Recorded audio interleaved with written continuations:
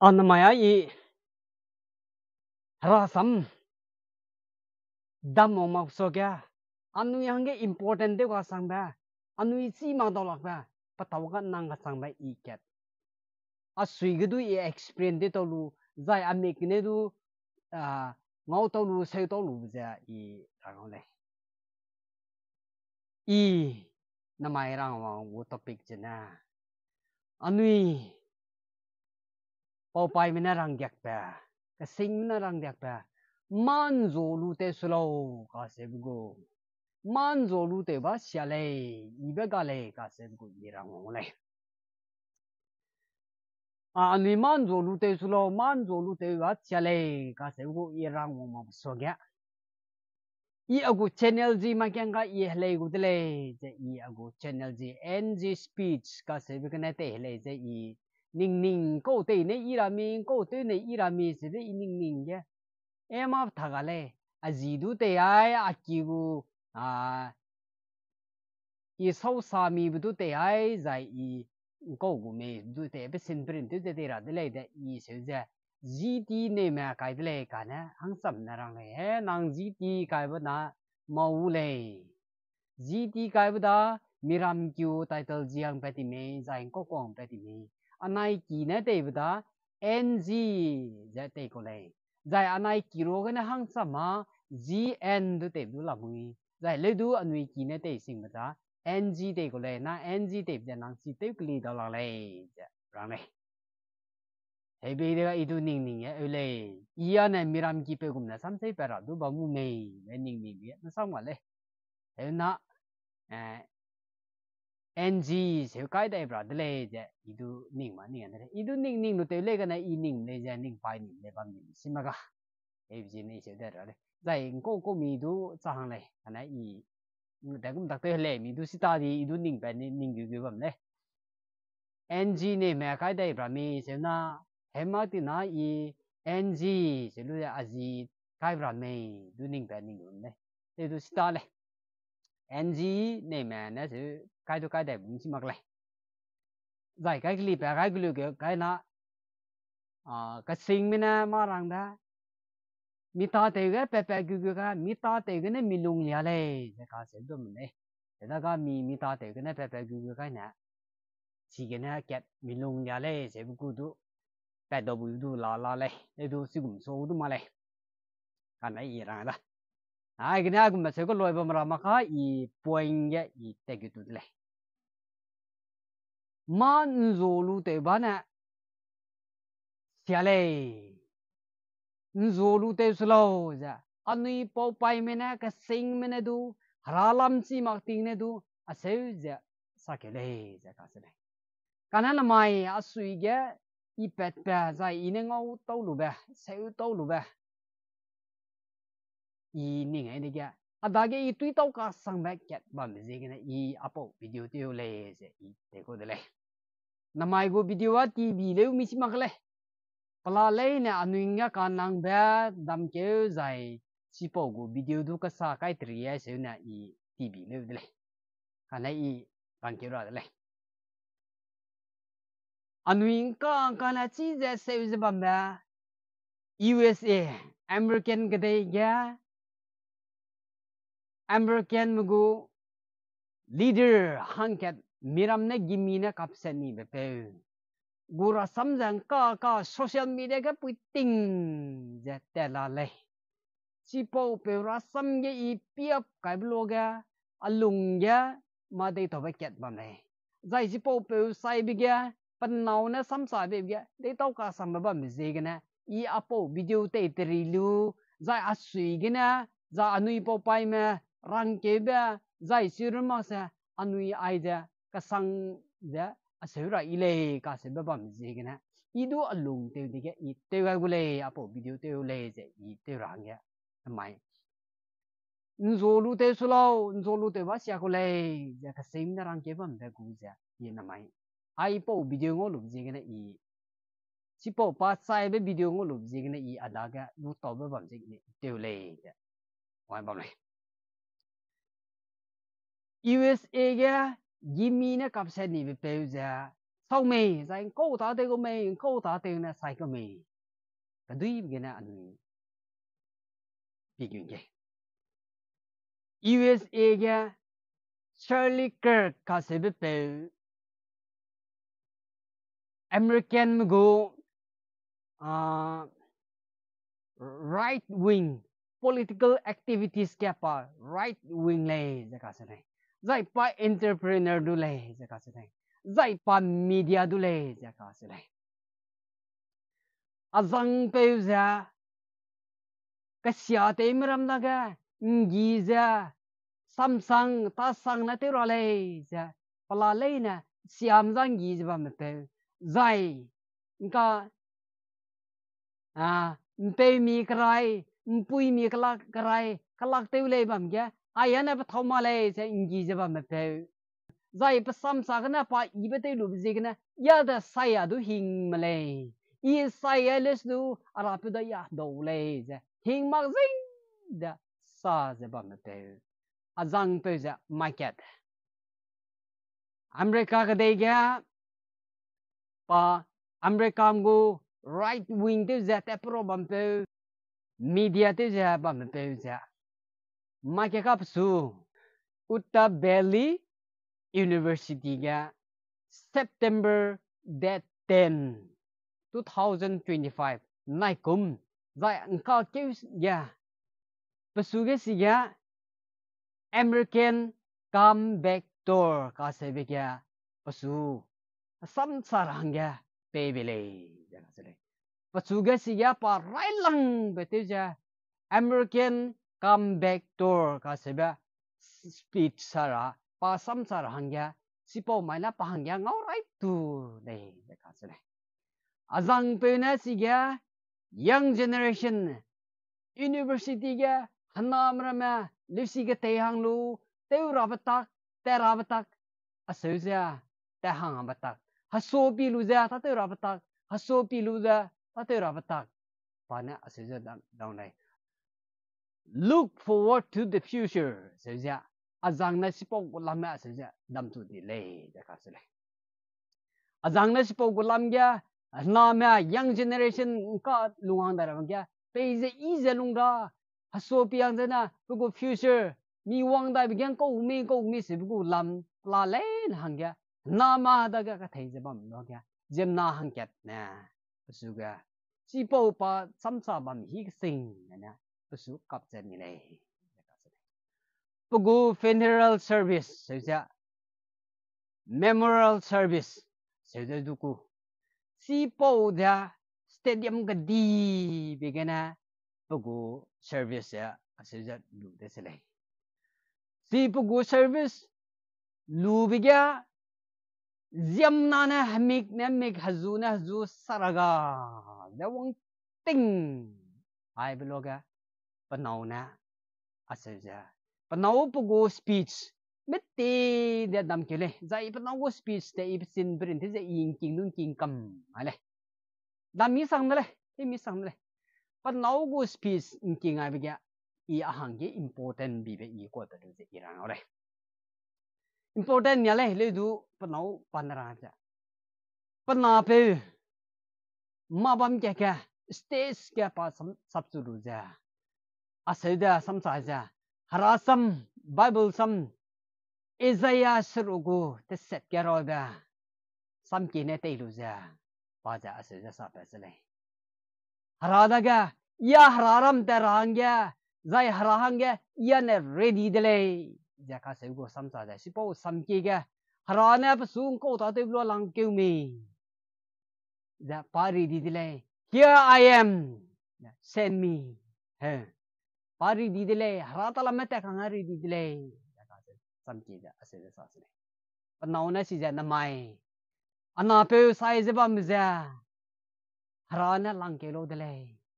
langai be lo de le ja pa nau ase ja du du ja pugu pe sin print de ja pa sam sa ke bi ga pa ase ja rang lai ana pe Charlie jina ana poina young generation pe ze igulai pe ke impu te hang ja look forward to the future ဆိုလေပေးစားနာမတဲ့ဟန်ဒီဇိုင်နာကီဘန်ပွီဆိုနာနိုင် bring တင်ရတဲ့တော်ပဲ even ပွီတဲ့တော်ဟန်ရကထိုင်ကောက်လေပွီကြီးကစီလေကြအစစဆောင်တယ်လေကနာ young man ဆိုလေဂျနာပေဟန်ကနာပွိုင်နေပေဂျနာ bring တင်ကြဒူနီတယ်လေ bring တင်နေလူနီတယ်လေဘာနာစေကြရမယ်ယေရှုခရစ်တာအနွေဇန်ရီပခိုင်ပေပစုကငေါ်လက်မကစီယမနာတွီလူစာခရော့ကပစုန်စီကခိုင်ဘလောကဘာနာစေကြယေရှုခရစ်တာနာအစေစားလိုက်အပေ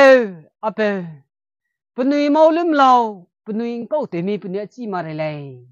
ပနွေချီမခန်တဲ့အစေပြီးတယ်လေစီကုမ်ဇနမိုင် young man I forgive him စီပိုနာပွိုင်နာပနာပေဒကပ်စနီပေဒကဤလွနနေလေဂျာအစေပြီးတာလေ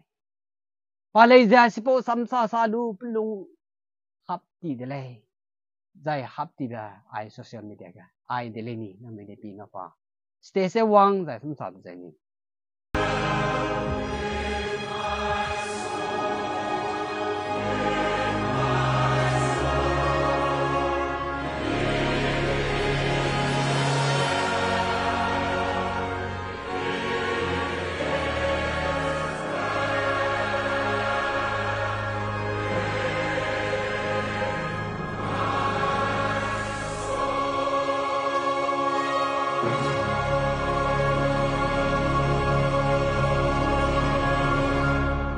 Give a warm welcome to Mrs. Erica Kirk.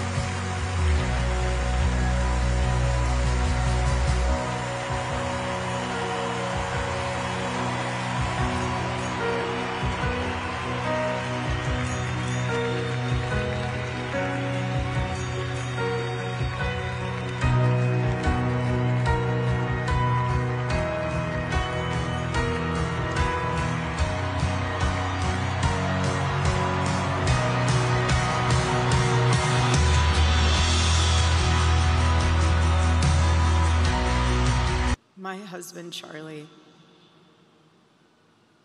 he wanted to save young men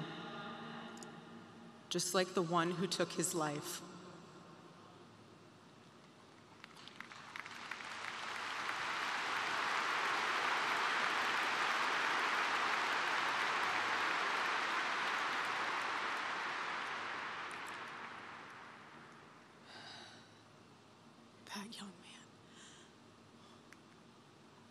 That young man. On the cross, our Savior said,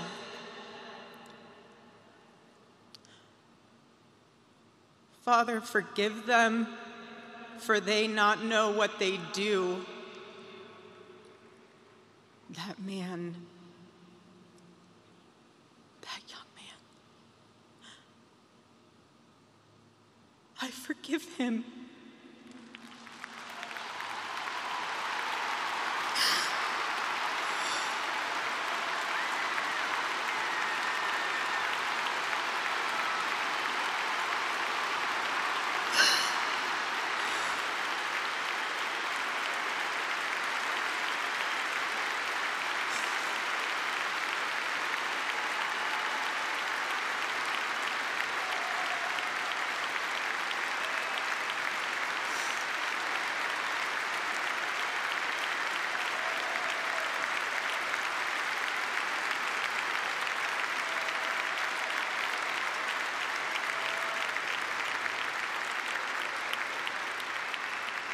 I forgive him because it was what Christ did and is what Charlie would do. The answer to hate is not hate. The answer we know from the gospel is love and always love. Love for our enemies and love for those who persecute us. Palaiza sipo samsa salu pesuisia za hapti dele. Zai pesin ke dai bigya harasam ki panarangka dai bja. Look srogo ungkai sna samke asezarang. Love your enemy. Nang teurei medagya ngyalaw. Nang sungo lamda hunglaw. Sogum ko nang sungo lab ko hangya kalum ngai belaw. Ja pana asezarang. Ai gumba anui. Sepengam lubu kau ba megame. Namai I azang pugo segap kai begna adage I lu tauba irang ole. Kesing mina samrang ja rampola singbi pemudi bi di bitale ka segum ja. Ile ja singbi maning taubi bi aya chada aya ida ka sebening taubi bi zegna azang puina samsa ge inning tau lu ba lu tau lu ba ka changle ka seba. Anuida ging sibe kesu sibe li sibe pla le ne bam la le ka se je idu ai gena rang au le je ite ko le azam nungo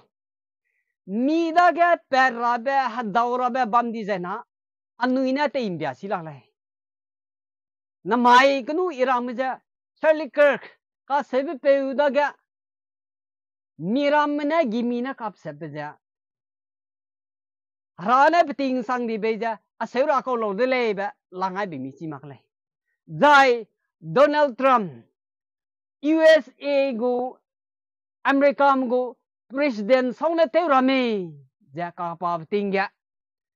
ka sipo tingya hangke le ya public platform ya migu speech pe ja ase jabam nei.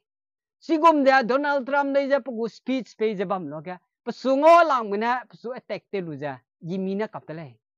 Pay cup tak narakole kana harana beting pa hi pahang wang samak pe bureda zai bu suye perabe ai gumle se be perabe lia be bambe buda daga pasu kapa kaiga pa ngai zet kai be gena pe kyun turuna kapto tale hemale na pe pay cup tra dra ko do kana pe kyun tur kapto tale my Charlie Kirk asale azang pe da kap pada Peting sang ni bilo da zai pa ya na haranga ya ridi dele ya tet ka ridi dele ta sia temram da against is bam pe bida harana ko ta te ma asulunga lu lang ke mi ya ridi dele I am ready kunung kai Bible samrang da azanga se bam pe na mai asulu dile sigum da ilu to lu bza ai po ngo to lu ga ka sang le mi da ga perra ba mi sui ga agum di ba anui mbia dum bia silang le ka se be I tui pe pe irang le a sui ge I pe sing ba rang le market I agu bai te lu ja te pe plo ga miram gum de bai te lu bi ya te pe ko du ma le kana sui ge perra ba bam di be bu da ga I bai te lu te pe ga na kabak poina paso pigo nai pasai pigo kaka pakung jo lu da pasai pigo na nya ham ni le tek lo sang bi jan tau sai ni ko du ma le nya ham ni le aseu da ga I ai ja agu ga ri so lu so kyu bang me dai da gum ko me yin ne de ga ha kabak poina sia di ko le sui da di ko le ta ngam nak di ko le ta ku di ko le ja ka se le beginning ram na ne ya I se lu da ka bak poi na te nga de le ye I miram ki gu party ge si po mai atak te ra ka ba mi hi gina hang sa ma tak te loi di hang sa ma tak te ra ka ase de ba me si po hi gina asu phone te hang le asu ku hang de le ke lo se le ja ku hang le je na sui I ne ma te mo da ga cái sinh mà đang ngồi lùng chưa ra lấy để cái sinh mà nàng sum này ngồi lùng chưa đấy cái bồi đấy kìa pa malik pui sini sẽ ra này si pau cái bạc pui na I sang mình nghe về cô lấy răng căng sang mình nghe về ra du I gaza miram da na I group gu hapuk group I sida lui cô lấy si pau lui bây giờ talent pung ra hang kìa I lui cô lấy sipo bakpoine lulu sipo bakpoine ne talent ra lai ja ilu ko lai kana na mai ne se na I rangkanga sim group go rangkanga pu ka lu be I daigom tak te ru ra lo nzo ma da la lai sam nge nzo ra lai ja se di lai a ka bakpoina I ma lai ba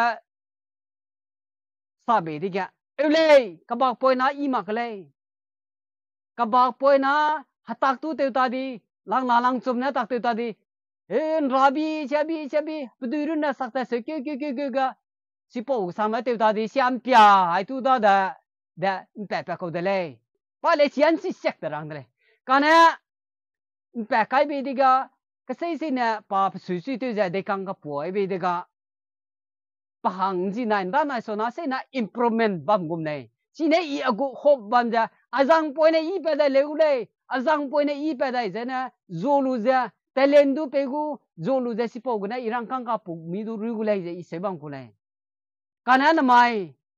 I pe gu mi I pe mang gu si ma kala le du in hope bam ja te se ni da ga da gum da I hope bam da ra na da gum da I si ja rang kang ka pu ko lu ba rang kang da I ru da ra lo nzo ma da la lai I sipo ba point mi ja sang mi nge pe ko le sang mi nge ru la lai nzo ra lai ja se be le ai ka sing ram nong ke lu da ga da anui se po lu da de da ma lu da te mo da zo le du anai ki nan zo lo nan zo de le da kam mai lu hang de le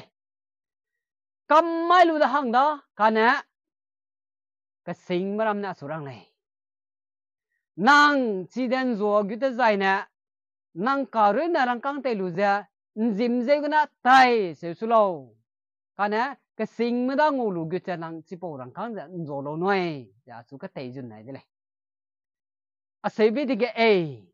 I ja ka sing da ngo lu gu ka da zai si ru na mak sa param me sing ma ba mu le param me sing da nang pu lu lo be je na je I param me sing da rang ai de le a po go ina bak po na se di se le I rang kam ma be de ge chi param sing pe jina a ma da ma pi ri nzo klo su ri nzo gu na I ngo gu ka bu le du I ma pi ri pa na se be de pa na ka se brim ba da nang sun ri pa ka le ja ka se ko le ka se bu da anui po pai hara wa si ma bu ting ni su te bi ting ne sang man du ke cha gi ja go ja bam ting sang na du nzo na lu te ma le ja pa na rang ne si ji na nzo lu te ba sia ko le I rang au le ma mo le I nzo ting rang le a se lu ja pa da te ki dui me azang pe ki dui me da ga po ta ti de so azang ki ja pi ki ba po na se te sa ka me nzo lu te le nzo ki da la de le nzo lu te ba sia ko le pe nzo lu te ma kha bang ga hang dam po lu lo ja se ja rang me de le be di ga nzo lu te ba sia ko le da nzo lu te ma kha bang pe ja kya ma de le po ra de le ja azang pe da hang de le hang ga ka ya po ai de ga ai po ka bak po na te se ni bu a se da dam chu ka de ga panau ja ya lia me ta ka nang panau pe ja ya lia me ta ka nang pugu ta ka nang da so pret ka lu ya zang pe ko king sui ma kang sui ma pe kilum po ma lu da a se ta ti ta kam ha zang pe le pe duang ga da ke de di le duang ga da ke da de ga I rang ai pe da pe ki lung di be lo de le lu a be lo de le ma sa ma le a se rang ai be se le a se bi ga zang pe na su ra se na I po mai do de le anai po mai agum hina ang kle pa na rang ai rang ka nga I ri di sang meng I te lu ri di bam de le de anai pe ki wang de le I sang meng te lu wang de le wang ga kai di ga panau ja pelum pum zo si po ka ba po na go sa su ga kai di ga panau da pelum pum zo ga mi man zo ba te se mai gim sing ga si po zo ra lai si po se ra lai a se wa be be ja si po mai gim sing ja pe ra ko lai kan hang ko ta te bi ja ka sing ma hang ket lang wang bam lo a ki su ka na mai panau ja bum ko lui su di de lai zai I ngong pe jina a se ja ka lai le ata de le parang de le kana ina I ngong sang la bam ni de le pa na se ka lai pa se ka le zu ya si de le pa nang ki sun ri ba ka le ja te de le kana ตะกี้น่ะมาหังล้วนมาตาเลยไอ้ปอเจอินะลูเปปะซะเยซูคริสต์ฮกวงตึกปะไม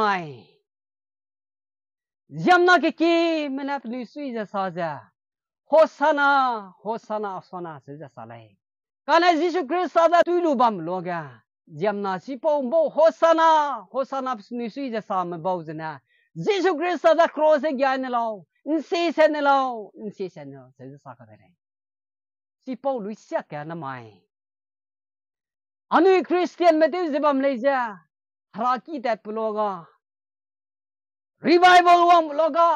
hallelujah เลยตัวเจลิมเจ็บเสพบัมเลย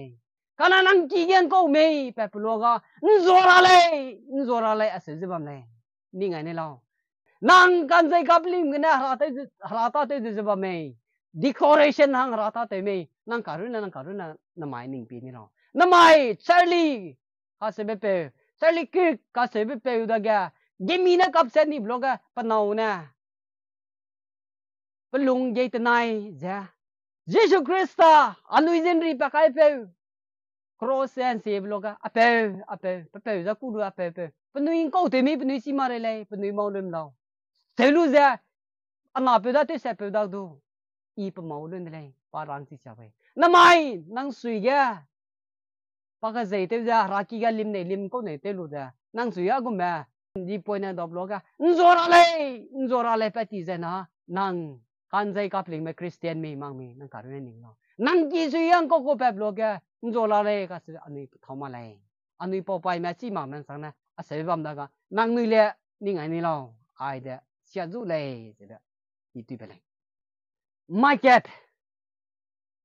social media ke I market ngo lai Dimapur ga mahga te bakau na raki go office lung gut lu da maka ga le CC camera gna tui peti ko heuga sipo da viral te pacha social media ga peti ko sipo ga idu ngau le si ip bru na maka jamna ram go comments da ip le pi bru ga jamna ke ki na sam cha ba sa le Te sera ko le, sipo sera ko le, pe sasai pe mi ham lo, agum mese le. Kana hang kya pe ko comments, alung sing be de to ba hang kya pe ko comments ba nai. Azang pe pa ko ta te me se ba. Pa karu na pa si wang sang ma le. Pa da ga ka doi battery be ya ta te ko le. Pa hang ko lo mai ba lo. Ya se be. Ka sang le. Anu ye se ra pam le. Mi sui ge pa ploga Anui siapa runa paduda agum sam sa pa ngam la bam ja anui maning mau dai ji ji na anui haim na idu soma nangnu soma nji na inda na ya dai ji mi sia bam do bile kana na ma ya anui la maning ji lu da ta te ra sa le se ba ngo bai ka sing ma na du rang dia ko le min zo lu te ne le ka se bi ja hai hang chi ra ba na mai ka pet bam go na te in daru te irang ke ko dele ia samati bida na maigu video tv dele let's do haim na ai je important le ka se chi lu lo pi ni lo christian mang du da hai hang du da dai anuin zo lu te ba cha ko le se ba ai ap la le na I da mai ko dele